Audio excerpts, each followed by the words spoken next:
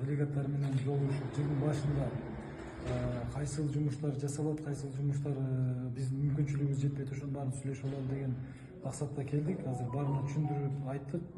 Негизи Ысык Көл областы боюнча 2025 жылы 200 километрге жакын жол жасалат. Бунун негизги жолдор бул Балыкчы Барсуком Каракол жолу.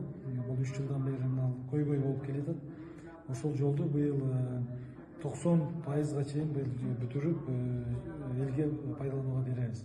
Андан сырткары бардык ошол курултайда көтөрүлгөн жергиликтүү бийликтер берген сунуштардын баарын карап, жалпысы 200 километрге жакын жолду биз асфальттап пайдаланууга беребиз. Негизи андан сырткары ремонт иштерин ямочный деп коебуз, ошол жумуштарын баягындай ШПО деп коебуз, ошол жумуштардын баардыгын аткарабыз. Жалпы 300 километрден жол ашык ремонт жасалат. Акча каражаттары кандай болуп атат ошондо? Акча каражаттарынын баардыгы чечилген. Акча каражаттары бар. Бүгүнкү күндө өзүңүздөр билесиздер. Биздин Садыр Нуркожоевич президентибиз жол куруу боюнча жакшы көңүл бөлүп, каражаттарды бөлүп берип атат.